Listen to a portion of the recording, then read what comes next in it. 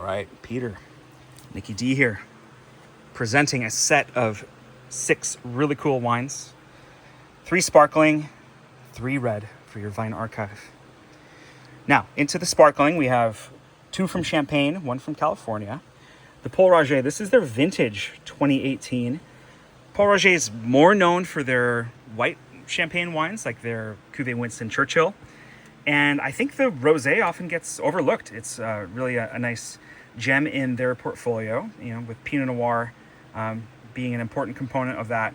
I think this should be one that's ready to drink at any time, but you could hold on to it for a few years to let it continue developing. But just should be a beautiful pinkish color and lots of great flavors to expect from Pol Roger.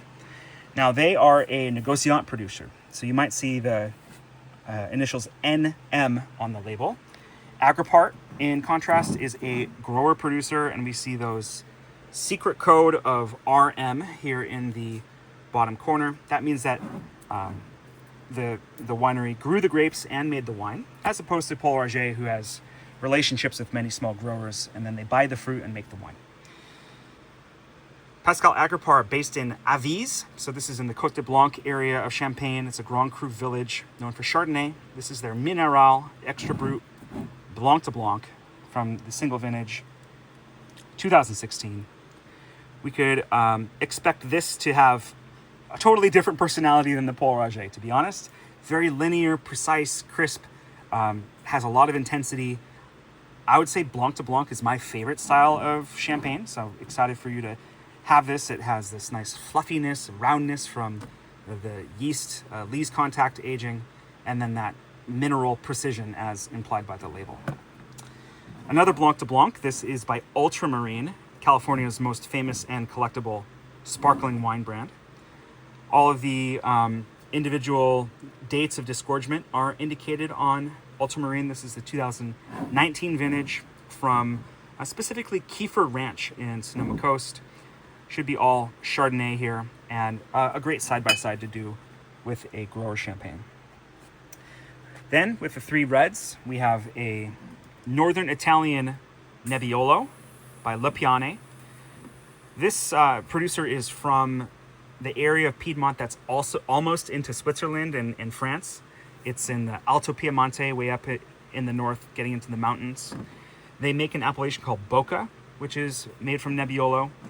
This wine, Plinius, is all Nebbiolo, and it's a super special edition where it's been aged 10 years at the winery, and Asino per Asino. This means like grape by grape. I guess it was a really careful fruit selection when they harvested, so super collectible, interesting, and aged at the winery example of Nebbiolo. So really a fascinating and collectible example.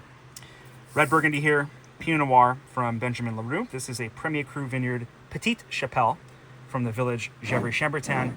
Still a pretty young wine here. I think it would be delicious to have in youth, but if you want to hang on to it, it will continue to develop in the next 5 to 7 years. But no harm in drinking that young. And of course, with our wax capsule wines, you can just go right into that with your corkscrew and open it as normal.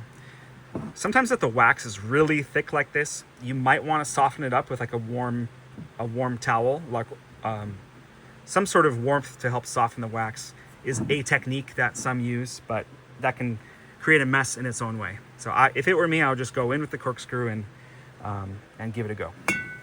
The last one, I'm going to leave it wrapped because this paper is just so nice. Seña. This is a collaboration wine from Chile between Errázuriz and I think it was Robert Mondavi, if I got my history correct. There's a lot of collaboration projects in South America, and this is one of the wines that put Chile on the map. Towards the end of the last century, Chile was becoming more and more famous, and along with wines like Viñedo Chadwick and Almaviva, Seña is in this top echelon of Cabernet Sauvignon based wines that rivals Bordeaux and even Napa Valley with its quality and deliciousness. So excited for you to get into that. Okay, enjoy these. Cheers.